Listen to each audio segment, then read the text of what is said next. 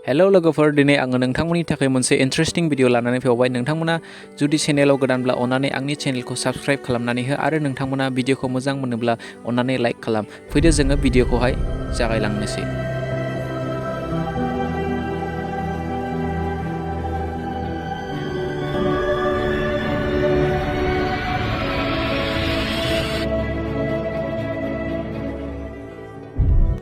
Number 1 आव दं, नोंथांमोना मिथिगौना इंलिश लिटारनि ए हांखोखौ बांसिनैहाय सोदोब एबा बाथ्रा लिरनायावहाय बाहायनाय जायो। नोंथांमोना माबा मोनसे बिजाबफोरावहाय नायोब्ला नुनो मोनगोन दि ए हांखोखौनो बांसिनैहाय एबा गोबां बाथ्राफ्रावहाय थादेरनाय नुनो मोनगोन। नम्बर 2 आव दं, जेब्ला माबा मोनसे सोमोनांथाव जाथाय जायो नङाब्ला माबा मोनसे दुखु जायो अब्ला जोङो अ माय गड होननानै जोङो बुङोना। नाथाय नोंथांमोना मिथिगौना बे अ माय गडखौहाय सोर आरो माब्ला बाहायजेनदोंमोन? सोरबा बे अ माय गडखौहाय OMG लिरलायथि आरोना सर्ट फर्महाय। बे अ माय गडखौहाय जन आर्नल्ड फिशरा बाहायजेनदोंमोन 1917 मायथाइयावहाय। बियो सासे मानसिनोहाय लेटार हरनायावहाय बे अ माय गडखौहाय बियो लिरजेननानै हरदोंमोन। बिनिफ्रायनो फारि फारिहाय दा जोङो बयबो बेखौहाय बाहायबोनाय जाबाय। नम्बर 3 आव दं, नोंथांमोना बक्सिंखौ बयबो मिथिखायोना बियो मोनसे खेला, जाय खेलायावहाय सानै गेलेग्राफ्रा गावजों गाव बुलायनांगौ जायो। बेबादिनो 1893 मायथाइनि 6 एप्रिलावहाय बे बक्सिं खेलायावहाय सानै मानसि बुलायदोंमोन।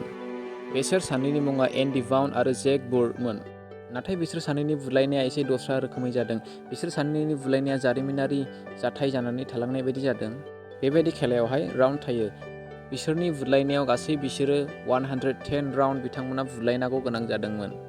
बे 110 राउन्ड बुलायनायाव बिथांमोना गासै 7 घन्टा 19 मिनिट सम नांदोंमोन। ओरैबायदि गोबाव बिथांमोना बुलायदोंमोन आरोना।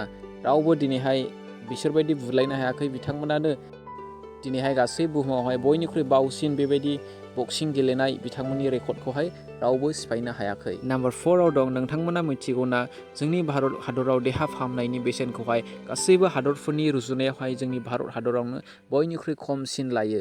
सासे मानसिनि हार्ट बायपास खालामनांगौ गोनां जायो अब्ला जोंनि भारत हादरनि डक्टर एबा देहा फाहामगिरिफोरा 1.5 लाखनिफ्राय 4 लाखसिमनि गेजेरावहाय बिथांमोना हार्ट बायपास खालामनायनि बेसेनखौहाय लायो। नाथाय नोंथांमोना मिथिगौना बे एखे हार्ट बायपास खालामनायावहाय USA आवहाय बेसेबां दाम एबा बेसेबां कस्ट नोंथांनिया थांनो हागौ?